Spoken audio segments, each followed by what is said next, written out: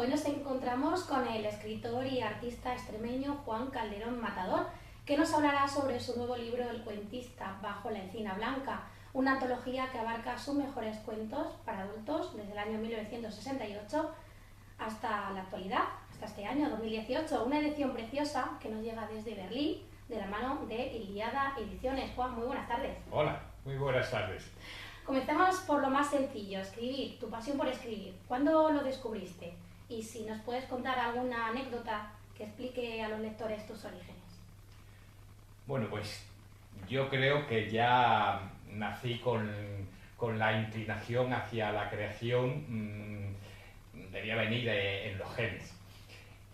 Si fuera verdad esto que nos cuentan de que nos reencarnamos una vez tras otra, pues yo creo que en alguna reencarnación anterior ya debí ser escritor, porque desde muy niño ya me sabía expresar bien y en el colegio me sacaban para leer cuentos, para recitar poemas y no sé, pues estos fueron mis orígenes como escritor. Creo que comenzaron a los 9 años. Se trataba de una adaptación que hice para teatro de los cuentos Caperucita y la Cenicienta, alentado por el sacerdote que entonces había en el pueblo, Alburquerque, en la provincia de Badajoz. Y con la ayuda de los demás chavales del pueblo y nuestras respectivas madres, pues conseguimos poner en escena aquellas adaptaciones que yo hice. Claro, visto con la perspectiva de los años, yo pienso, ¿y qué podía escribir con 9 años? No tengo ni idea. Pero sí que es cierto que aún mantengo en la memoria flashes de aquella representación.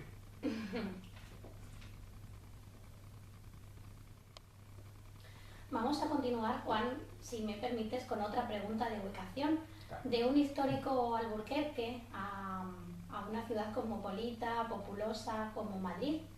¿Qué ha cambiado y qué permanece en el escritor Juan Calderón Matador de entonces, con el que encontramos hoy en el cuentista bajo la encina blanca?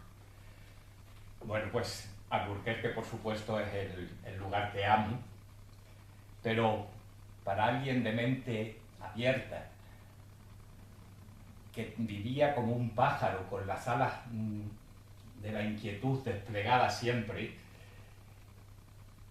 pues se hacía casi imprescindible iniciar ese vuelo para encontrar nuevos nidos donde incubar los huevos del saber.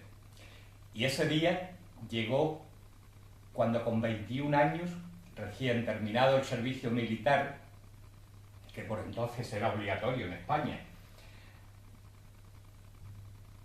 decidí aceptar una proposición de ascenso en la entidad bancaria donde prestaba mis servicios desde los 14 años,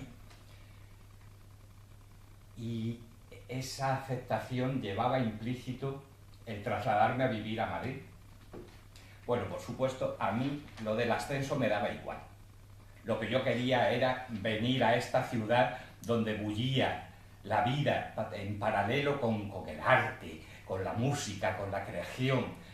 Y eran puertas que yo necesitaba abrir para llegar a ese saber. Y ahí era donde lo podía encontrar, porque en un pueblo de la Extremadura de aquella época era complicado tener acceso a ese conocimiento. El paso fue difícil darlo, fue complicado, pero después de tanto tiempo no me arrepiento. No me arrepiento de haberlo dado.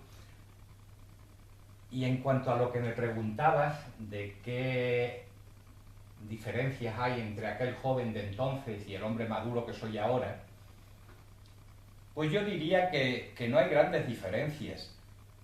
Mi inquietud por crear sigue intacta, las ganas de aprender, a mí nunca me faltan las ganas de aprender. Y luego, pues gracias a Dios también en mi corazón y en mi mente, en mi pecho, siempre hay sueños. Pero claro, algunos matices existenciales siempre hay. porque si no los hubiese, pues yo habría sido un necio que no habría aprendido nada. Por entonces yo quería triunfar, de forma honesta, pero yo quería triunfar, quería tener el reconocimiento. Pues eso ha cambiado, ya no lo necesito. Ahora soy feliz simplemente creando. Y si por añadidura a alguna persona le llega pues esa admiración por lo que he hecho, o le hago sentirse bien en un momento dado con lo que he creado, pues ahí es donde yo encuentro mi recompensa. Pero ya no necesito triunfar.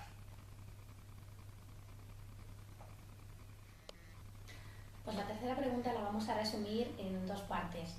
La primera es que si te animarías a resumir tu historia profesional en otras disciplinas del arte. Y la segunda es ¿qué aportaron estas singulares circunstancias al artista que hoy es? Bueno, pues cuando terminé mis estudios de arte dramático y de música, comencé a hacer teatro de calle como componente de Quecaiteu. Posteriormente formé compañía con Sagrario Sáez bajo el nombre de Mario Ineta y durante 5 años estuvimos haciendo comedias musicales para niños. Fue una época muy bonita. Comedias musicales que tanto con el texto como con la música llevaban mi firma como autor. Y también grabamos un disco, hicimos programas para televisión, tuvimos incluso un programa de radio. Pero bueno, todo acaba terminando y también esta compañía se disolvió con el tiempo y entonces pasé ya a actuar para adultos. Hice campañas publicitarias, intervenciones en televisión, en teatro y así he continuado también alternando la música con la pintura. Como músico también fui candidato a representar a España en el Festival de la OTI con la canción No estáis solos, y más tarde fui candidato a representar a España con la canción Tríptico de Amor, y fueron muchas las canciones que compuse, yo creo que son cerca de 300.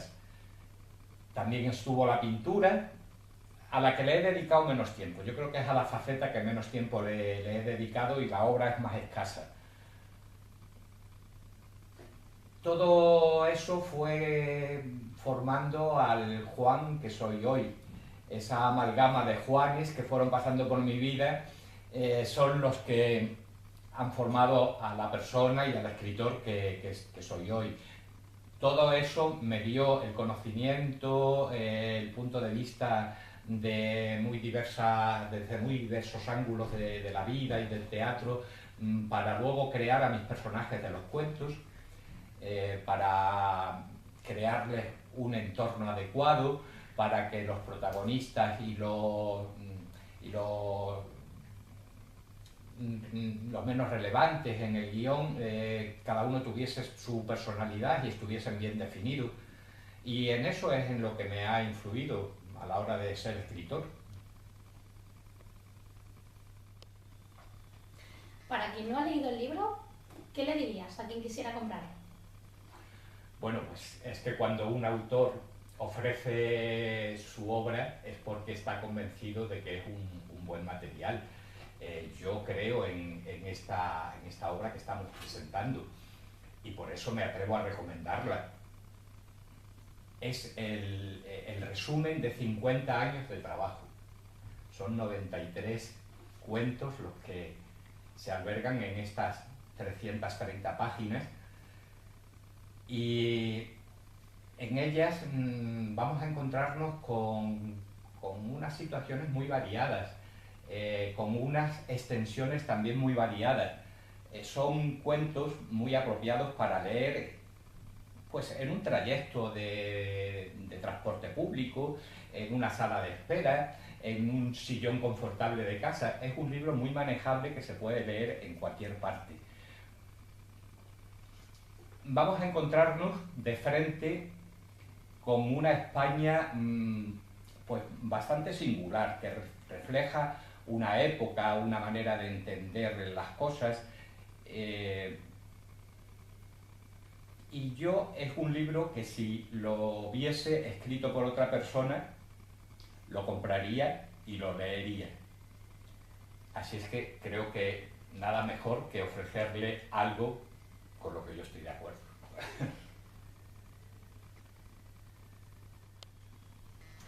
Pues debemos decir a los lectores, Juan, que la idea de esta antología fue una propuesta del señor Amir Valle, director de Iliada Ediciones, ¿verdad?, en 2017, mientras estabais sentados en la arena de una de las playas de Guadalmar, un pueblecito de la costa alicantina. Pero te animo ahora a que pienses en qué sentiste ante aquella propuesta y qué vino después. Bueno, pues cuando Amir me hizo la propuesta, lo primero que sentí fue una gran responsabilidad, porque Amir es un personaje muy conocido, Iliada Ediciones pues es una editorial en alza, y sentí el peso de esa responsabilidad. En principio yo pensé ofrecerle una antología poética, porque coincidía que en el 2017 se cumplían 40 años de la publicación de mi primer poemario, Camino Ancho, Paso Desolado. Pero esta editorial no trabaja la poesía, con lo cual no tenía cabida. En realidad lo que Amir esperaba de mí era una novela, porque él es novelista primordialmente y lo que esperaba de mí era una novela. Pero yo la novela no la he afrontado nunca. Entonces a él se le ocurrió la idea de por qué no hacíamos una antología de cuentos. Y eso me pareció una idea estupenda, y más estupenda todavía me pareció cuando al ponerme a recopilar el material encontré que el primer cuento con el que yo había ganado un premio estaba fechado en 1968, con lo cual en el 2018, que estaba previsto que saliese el libro, se cumplían sus bodas de oro. Y qué mejor que un libro para conmemorar ese primer cuento premiado. Y ahí fue donde surgió la idea y la responsabilidad, el querer hacerlo muy bien, y yo creo que lo hemos conseguido. Yo creo que ha salido un libro bonito. Espero que a la editorial también esté contenta con esta publicación. Terminar, una pregunta necesaria, aunque algo gastada. ¿Algún nuevo proyecto en preparación? ¿Próximamente otro libro? Bueno, ahora lo primero que toca es promocionar el libro que tenemos entre manos, hacer firma de ejemplares y todo eso. Ha sido un proceso tan bonito que el de ponerlo en marcha, que me apetece muchísimo moverlo, que lo conozca todo el mundo. Y es que me ha hecho regresar a aquel muchachito lleno de sueños que quería volar del pueblo. Pues todo esto me ha llevado a aquel momento. Pero bueno, por supuesto siempre hay algún proyecto en el cajón.